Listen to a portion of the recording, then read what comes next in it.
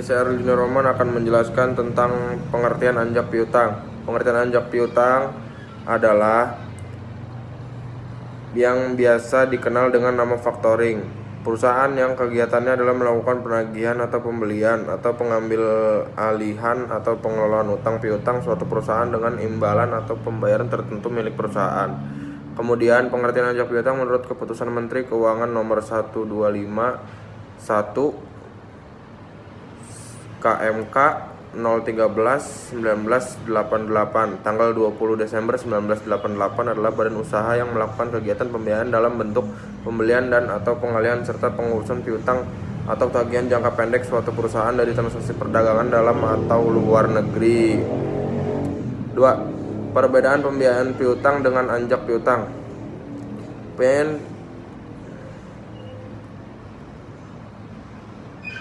Pembiayaan piutang atau akun receivable financing merupakan tindakan meminjamkan uang terhadap sejumlah piutang yang sedang berjalan di sebuah perusahaan. Tindakan ini tentu akan segera mendatangkan sejumlah dana segar bagi perusahaan sehingga bisa dengan segera digunakan untuk mengatasi lambatnya arus kas dan kurangnya ketersediaan kas di perusahaan. Pihak yang menyediakan dana pinjaman ini disebut sebagai investor, sedangkan Anda selaku penerima dana disebut dengan borrower. Dalam hal ini, investor akan meminjamkan dananya kepada Anda selama masa piutang masih berjalan dan belum tertagihkan. Sejumlah pinjaman ini tentu akan dikenai bunga pinjaman. Pihak yang memiliki utang kepada Anda disebut dengan payor. Anda tetap memiliki kewajiban untuk melakukan penagihan atas sejumlah piutang yang wajib dibayarkan payor. Setelah piutang dibayarkan, Anda wajib mengembalikan pinjaman tersebut kepada investor berikut dengan bunga pinjaman yang telah disepakati sebelumnya. Pembiayaan seperti ini akan sangat efektif jika ternyata Anda membutuhkan dana dengan cepat, apalagi Anda juga memiliki keyakinan atas kemampuan dalam menagih piutang tersebut kepada payor. Anjak piutang atau invoice factoring merupakan tindakan pembiayaan dengan melakukan pembelian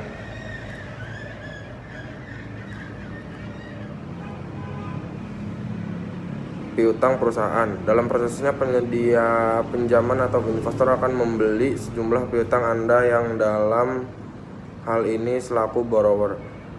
Semua proses penagihan terhadap payor atau pemilik utang akan berpindah tangan dengan menjadi kewajiban dari investor.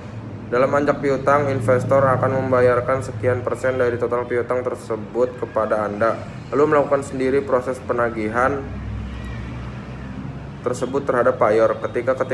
Ketika investor berhasil melakukan penagihan terhadap keseluruhan piutang tersebut, mereka akan menetapkan sendiri jumlah presentasi yang dibebankan sebagai biaya layanan penagihan tersebut. Dalam hal ini, payor akan berurusan secara langsung dengan investor dan menyusun skenario pembayarannya sebagai tanpa melalui Anda lagi. Anjak piutang ini sangat tepat bagi perusahaan yang memiliki piutang berjalan dengan jangka waktu 60-90 hari bahkan lebih. Sistem ini juga sangat cocok untuk Anda yang tidak memiliki banyak waktu dalam mengurus penagihan piutang kepada klien atau tidak memiliki sumber daya manusia untuk melakukan hal tersebut. Dalam kegiatan ini Anda akan menerima jumlah pembayaran yang lebih kecil dari investor jika dibandingkan dengan jumlah piutang di payor. Sekian dari saya.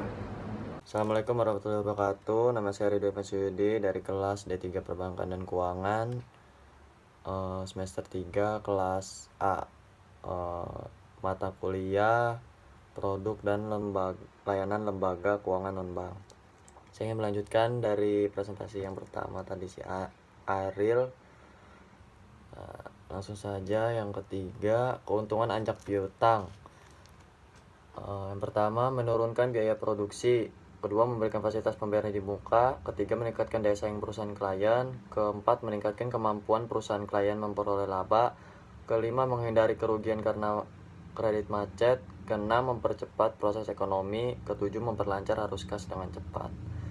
Lalu yang keempat, jenis-jenis fasilitas pembiayaan anjak piutang. Ada beberapa pembagian jenis anjak piutang, diantaranya pertama, berdasarkan pelayanan. Ada full service factoring, yaitu anjak piutang yang memberikan jasa secara menyeluruh baik jasa pembiayaan maupun non pembiayaan. Yang kedua, bulk factoring, yaitu anjak piutang yang memberikan jasa pembiayaan dan pemberitahuan saat jatuh tempo pada nasabah tanpa memberikan jasa lain seperti resiko piutang, administrasi penjualan, dan penagihan. Ketiga, maturity factoring, yaitu pembiayaan pada dasarnya tidak diperlukan klien namun oleh pengurusan penjualan dan penagihan piutang serta proteksi atas tagihan. Keempat, finance factoring, yaitu anjak piutang yang hanya menyediakan fasilitas pembiayaan saja tanpa ikut menanggung risiko atas piutang tak tertagih. Berdasarkan penanggungan risiko, yang pertama with resource factoring, yang berkaitan dengan risiko debitur yang tidak mampu memenuhi kewajibannya. Kedua, without resource factoring, anjak piutang menanggung risiko atas tidak tertagihnya piutang yang telah dialihkan klien. Terus berdasarkan perjanjian, dibagi menjadi jadi dua. Pertama, disclose factoring, yaitu pengalihan piutang pada perusahaan anjar piutang dan sepengetahuan pihak debitur. Kedua, undisclosed factoring, yaitu pengalihan piutang pada perusahaan anjak piutang oleh klien tanpa pemberitahuan kepada debitur kecuali jika ada pelanggaran sepakaran pada pihak klien atau secara sepihak perusahaan anjak piutang menganggap akan menghadapi risiko. Berdasarkan lingkup kegiatannya dibagi menjadi dua. Pertama, domestic factoring, yaitu kegiatan transaksi anjak piutang dengan melibatkan perusahaan anjak piutang, klien, dan debitur yang berdomisili dalam negeri. Yang kedua, international factoring, yaitu kegiatan anjak piutang untuk transaksi ekspor impor barang yang melibatkan dua perusahaan factoring di masing-masing negara sebagai ekspor faktor dan impor faktor. Terima kasih. Saya dari kelompok 2.